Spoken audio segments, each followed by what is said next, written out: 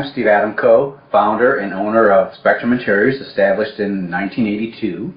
What we do here is residential, commercial, custom furniture design, lighting design, and just about anything that you can think of. What we provide here is a look with an ambiance. And of course, ambiance is very important to us because it's part of that intangible feeling that it touches the mind, the will, the emotions, and the heart of the individual that we're dealing with. So we cover the whole state of Michigan and have a job that was completed down in St. Croix in the Caribbean. So geographics don't really bother us too much. What I want to focus on is the design seminars that we offer, and they range in time from an hour to 3 hours. And I want to take a little bit of time and focus on the 3-hour one, and the 12 topics or areas of interest that we cover. It really is focusing on the process of interior design so that people understand what it takes to do a design job and have it turn out really, really well, or actually hit the target that's established. The number one thing that we start out with is the dream, and it's really your dream. It's about what you want, what you need, maybe what you want that you don't think that you can have, but at this point we want to be very creative and open because you never know what might happen. We don't want to put any constraints on your imagination at this point. We want to kind of let it freewheel and see what we come up with. So it's all about you at this point, and of course it's all about you at every point of the design process, but we really want to focus on you because you're the pivot point of the whole design concept, because it's the environment that you're going to live and reside in, and it also forms the backdrop for you. That's number one. Number two is we're going to focus on the discovery journey. And really, it's kind of like a journey because most people have never really thoughtfully considered what it is they totally want to accomplish. Somebody might say, well, I want it to feel cozy and comfortable. Well, what does that mean to you? And how is that going to actually develop in a tangible way so that all the elements of that environment all add up to what it is that you wanted in the first place? That's important to go through that process, which incorporates a lot of questions, the right kind of questions, great answers, detailed answers, so that we can get the end result. It's a very critical step of discovery. It's kind of like what a lawyer would do in a sense. You want to find out the facts, the givens, the things that you have to deal with, the things that can change in an environment or a structure, what things are important to you, what things can't you live without, how do you live now? How do you want to live in the future? What kind of changes might be in the future? We want to be able to accommodate those. Then, number three would be your lifestyle statement.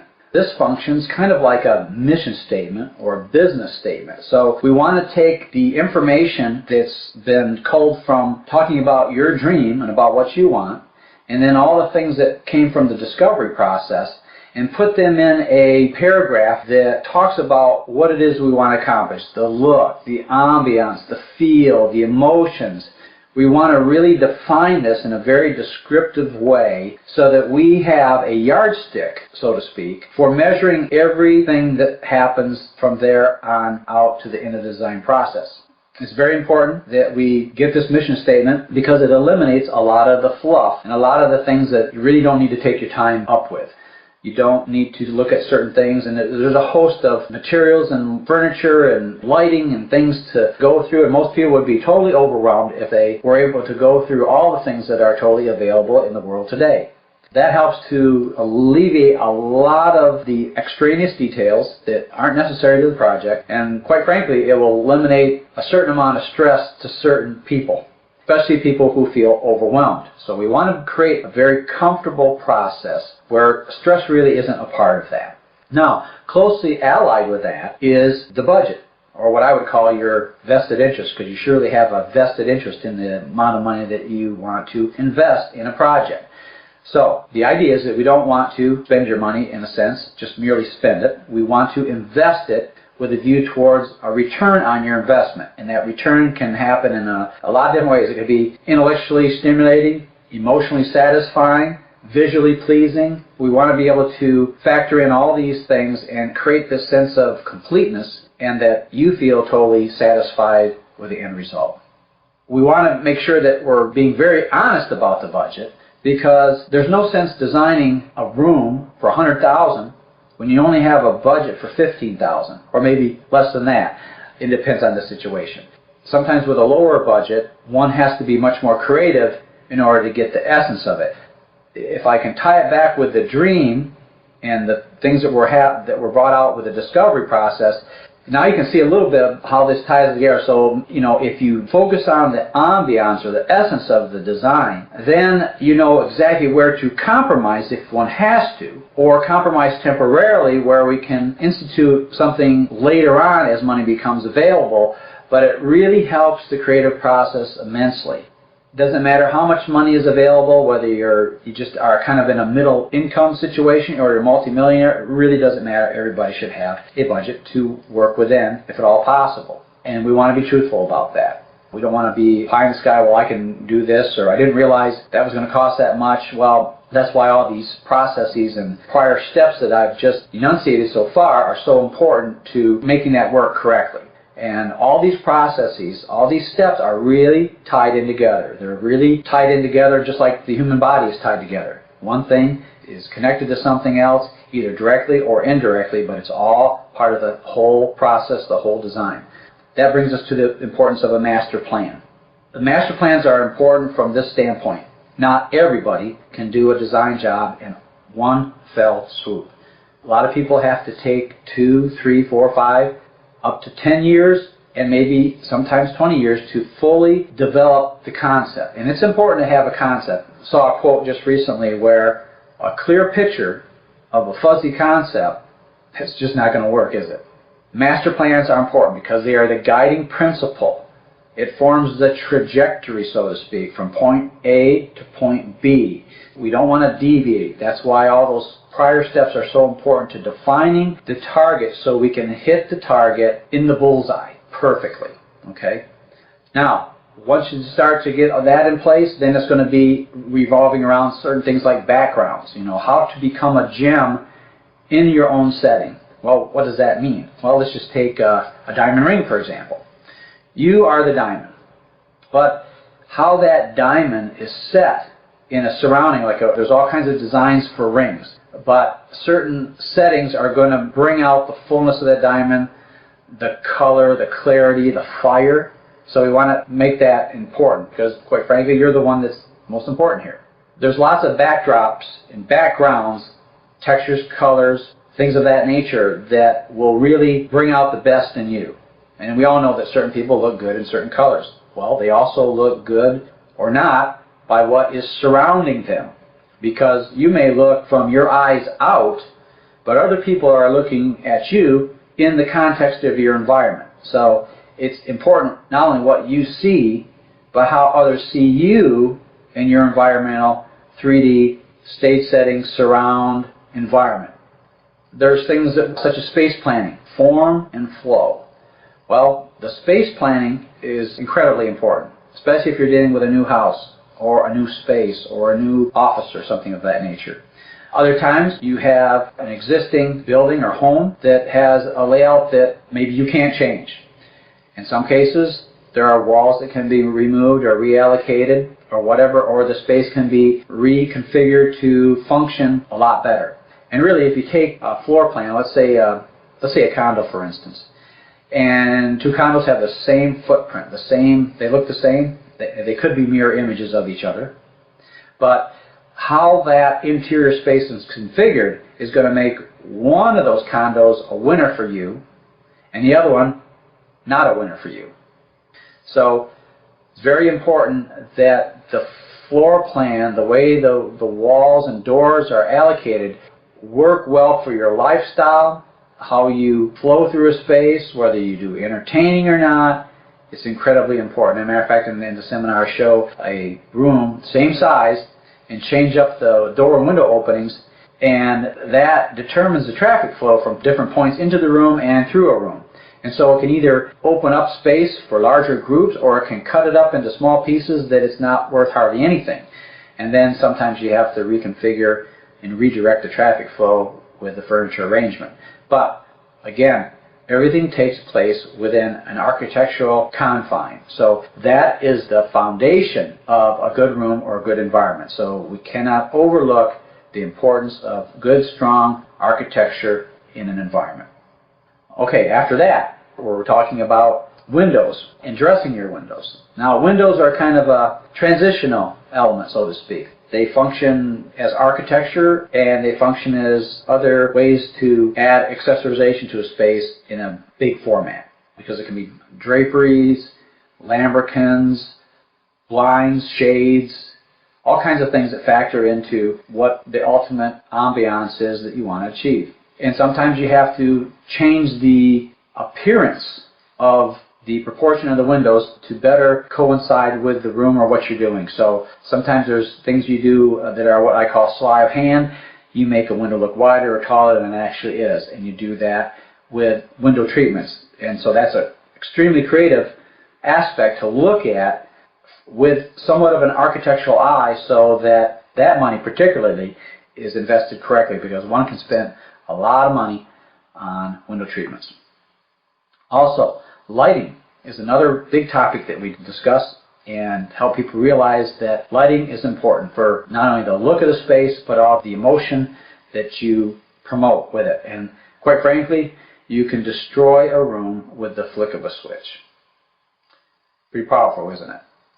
So, many homes, they're designed, people move things in, but never has there been any consideration to how to light that space. Or many people have, placed fixtures or cans, as we call them, in places, and the lighting still doesn't work correct. Well, let's back it off and realize that it's the lamp or the light bulb that does the job. And with every lamp and light bulb, there's different what we call photometrics about it. There's beam spread, there's intensity, there's the color of the light, whether it's an A lamp, an incandescent, whether it's par 36, whether it's MR16, they all have different color temperatures. That's why materials will look different. You'll find it in many cases in a jewelry store. They might have low voltage lighting, or these MR16 little tiny bulbs that are mirror faceted that are balanced throughout the color spectrum, because they want to make that diamond look phenomenal. And as light's put through a diamond, it separates into its respective color bands, which is where we get the rainbow from, and the color circle and all of that. So that's very important. And also the direction of lighting, how it hits a piece of artwork, a sculpture, how it comes down on furniture, all is important, especially zoning lighting, so that you can enhance different concepts, different moods, different atmospheres at different times of the day. Very important to kind of plan that aspect in as well. Then we talk about coloring your world. We go into the whole aspect of color. You've got color, you've got pattern, you've got texture, and how those are all interrelated and how they function together. And there's a lot of things that go on with different color trends and things of that nature. But what we really want to concentrate on is strongly on the individual. And so color trends and fads, well, they come and go. So sometimes when people get caught up into that, I mean, it can be good to a certain point, but then everybody jumps on the same bandwagon, and then pretty soon everybody, you and your neighbor, have the same type of look because that's what's hot now. And that's not how, in my opinion, interior design should be approached, because there's a lot more to your environment than just that. So you are a unique individual, a unique person, and therefore it should be approached just as uniquely, just like a tailored suit, just like a special dress that is made just for you and no one else, or for a guy. A custom-made suit, measured and tailored for nobody but him. Okay? So that's how I look at things. I'm very individualistic about this. And does it take a little bit more time? Yes, it does. One could say, well, I'm just going to do this because that's a hot trend for now, and then everybody is so duplicatable that there's no personalization to that. You look at all the colors in the world, all the textures and things like that, there's no reason why you can't be unique, as each snowflake is unique. The other thing is textural orchestration. Texture is the greatest modifier of formality or informality. And so that's the one element that is so often overlooked and underutilized. Most people think of color and pattern. Well, that can be nice to a degree, but most people are tactile people. They like to feel and touch things. And the textural orchestration, or the variety of texture, orchestrated just right, brings a strength and a richness to even the most simplest interior. Even if it's a monochromatic color scheme, texture is incredibly important to deliver the end result. And so what we want to do is bring that involvement of people into it. I like to use an analogy sometimes for a newborn baby. Most of the time, women will just hold the baby for a long, long time, and somebody else might want to say, oh, let me see him or her, and they reluctantly give up the baby. But watch closely. A lot of times, women be rubbing the arm or the leg continuously, and do they ever stop and say, oh, I've had enough of that? Because the baby skin is so soft and just ultra silky, and even the smell of a baby. So these are all things that are important to connect with in your environment. That's part of what ambiance is all about, that intangible essence. After the texture orchestration, we talk about accessorizing. And here, the little things mean everything. And really, what woman would disagree with that? Little things mean a lot. A lot of times, we might be involved in doing furniture planning and furniture selection and all the architectural stuff that goes into it, as far as architectural backgrounds like designing custom moldings and things of that nature, or custom furniture. But at a certain point, many people think, well, I can't handle that part of it by myself, but I can do the accessorization by myself. Well, the accessorization phase is a mini version, so to speak, of the major element that you just finished up.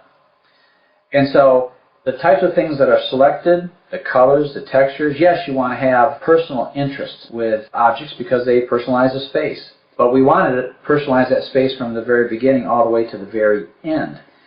It's important to look at that aspect and then how you position accessories. Sometimes they can not say anything, and then you adjust the positioning so they have a closer proximity to each other, but they come together like kind of like the Three Musketeers, all for one and one for all, and they make a big impact, more than just that individual. So that's why backgrounds come into play again. And backgrounds could be a cocktail table, a side table. It could be marble, it could be wood, it could be your eye is looking down on those elements. Just like originally when I talked about the backgrounds were so important. Well, when you look at a space, there's a lot of furniture that you're seeing that the wall and the floor are both a backdrop in your line of vision.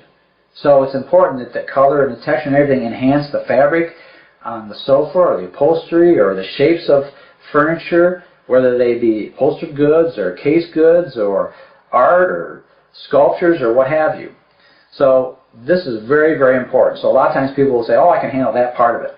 But the interesting thing of it is many times they've gotten to a certain altitude, like in an airplane, they've gotten to 30,000 feet, but then they say, okay, let me take over. So together we get up to that altitude, and then they say, oh, let me jump in the cockpit here, and let me jump in the pilot's seat, and I'll take over from here.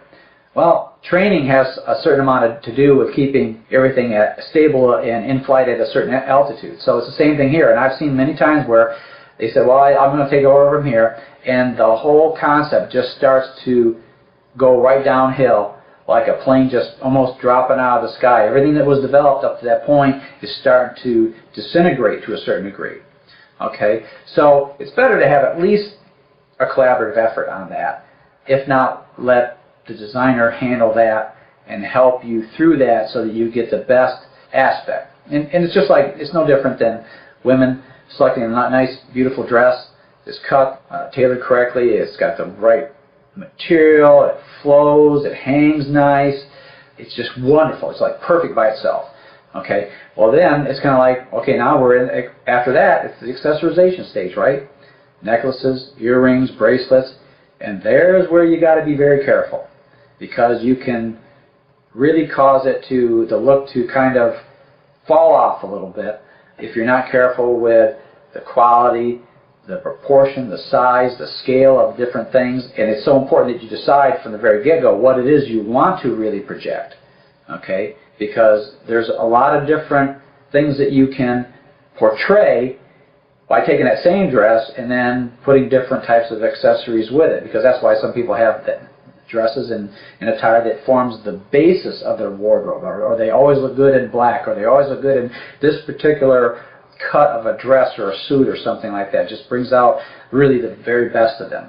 So anyway, that gives a little bit of an overview of the 12 different aspects that I go through that compose the process of design from the very beginning of concept to the final completion, and how to get from point A to point B in an unerring, laser-like fashion, so that we going through and the end result is that we hit the target exactly.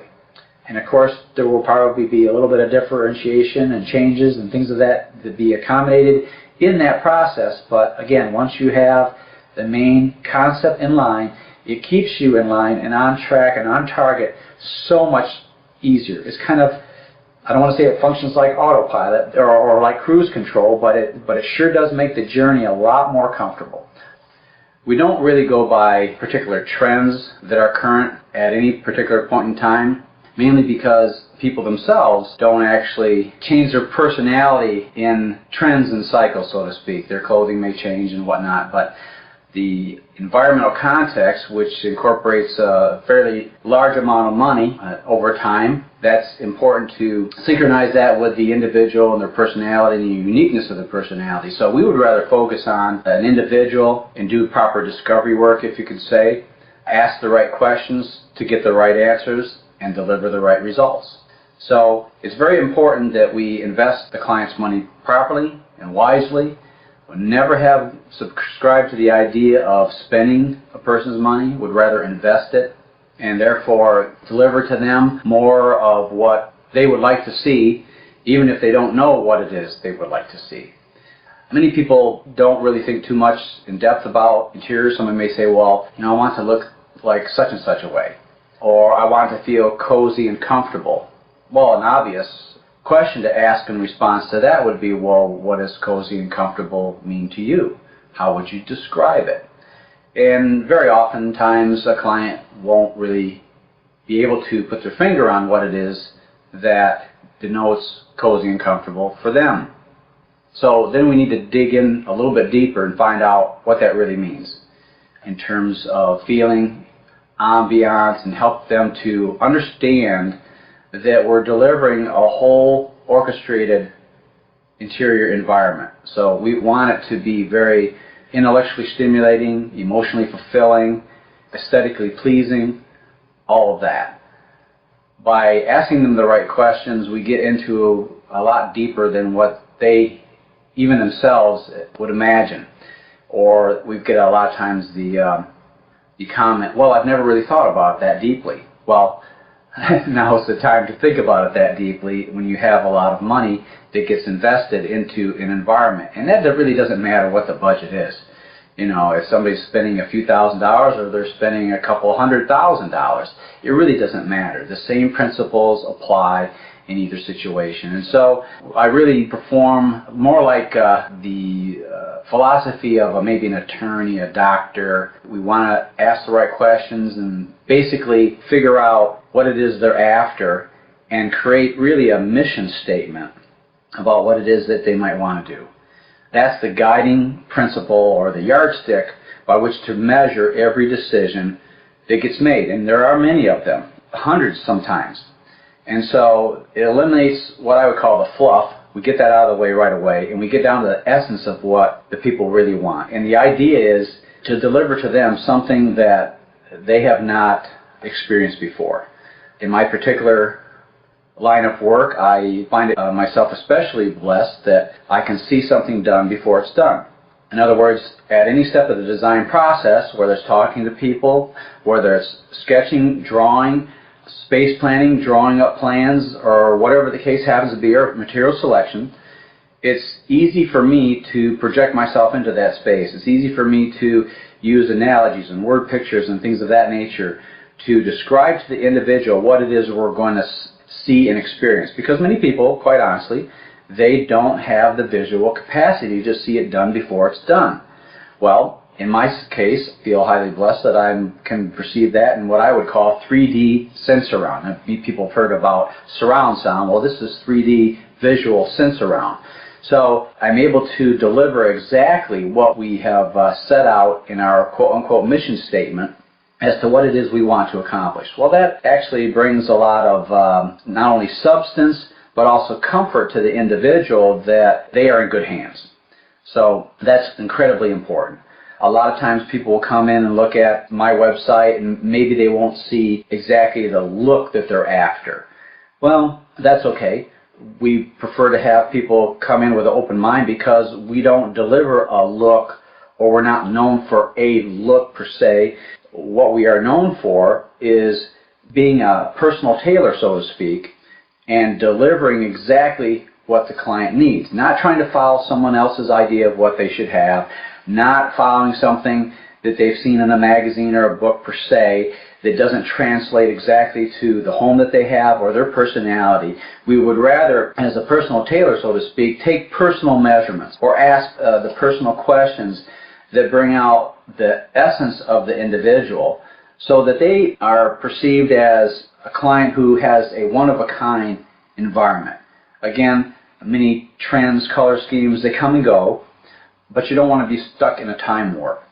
There's so much to a person that a lot of times they themselves don't even know that we'd like to bring out, so that it incorporates a lot of nuance that we can address and create that one-of-a-kind look. I mean, who wouldn't want, let's say especially women, who wouldn't want like Giorgio Armani to design a special dress just for them? Most people don't have that opportunity. But the philosophy, the mindset that is utilized in a situation like that with fashion easily translates into our situation here, and that's what we employ. So it's kind of like an expert archer. When you have that mission statement, so to speak, you have in advance set up the target. And once you've set up the target, if you're skillful enough, then you can hit the bullseye. And that's the important element of design. So why waste money? Let's invest the money properly. Or let's set people up for success. Even if the project requires time of execution, 3, 4, 5 years, maybe even 10 years. It doesn't matter as long as that is in place and the master plan is there. And of course it can take subtle variations and whatnot and changes as a project develops or more money becomes available, or a host of different things can interact with that. But the guiding principle is there. It's kind of like going from Michigan to New York. I mean, you're going to go to New York or New York City, and you might take a couple little side trips on your way there, but the idea is you're going to New York City, and that's the end result of what you want. So there's a lot of things that we do in terms of personal interactions with the client. And in other cases, we'll also put on design seminars, anywhere from an hour to 3 hours long, that go through all the phases and all the procedures of what good design entails in terms of a process, so that people understand that there is rhyme and reason to what we do. It's just like a person writing a wonderful piece of music that is a hit, and it's a hit for years and years to come, based on principles of music and rhythm and structure and point and counterpoint and interest and flavor and ambiance. So I like to keep harping on the ambiance situation, because another analogy would be, what would a movie be? Let's say an iconic movie like Dances with Wolves. What would that be without the orchestral score or the musical score that underscores different elements of the movie, different emotional contexts? So that's incredibly important to do that properly. Also, a lot of people look at design and maybe don't do a floor plan. Well, most places, in most situations, you need to have a floor plan. It helps you to analyze the situation. I'm a professional. I can see it done before it's done, but I don't do a lot of work without a floor plan, any more than a CPA would give you advice on what to do with your personal finances if they don't see what you have and what you have invested, or even a business, their profit and loss statement, your balance sheet. How can they give you good advice unless they see that? In addition to that, there's a lot of homes that are not properly lit. And new homes, a lot of times, don't have any sort of lighting plan at all. They're designed, but no thought has been given to lighting. How are we going to light a 2-story space? It's not going to be with torchères, and it's not going to be with table lamps. So that aspect of lighting is critical. Matter of fact, color is not inherent in any object. color is inherent in the light.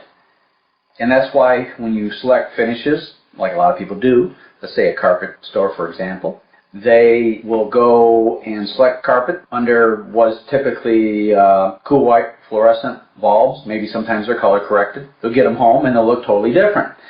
Well, it's because of the light. You're seeing it under different lighting conditions. And people look different under incandescent, in sunlight, candlelight, the whole thing. So that's an important element. A lot of what we do, a lot of what I do is help instruct people as we go through the processes of design. So I've always believed that an educated client is a better client. And they're also more fun. And it's just like if I was Andre Agassi, you were just a beginner in tennis, I could just say, okay, let's go play.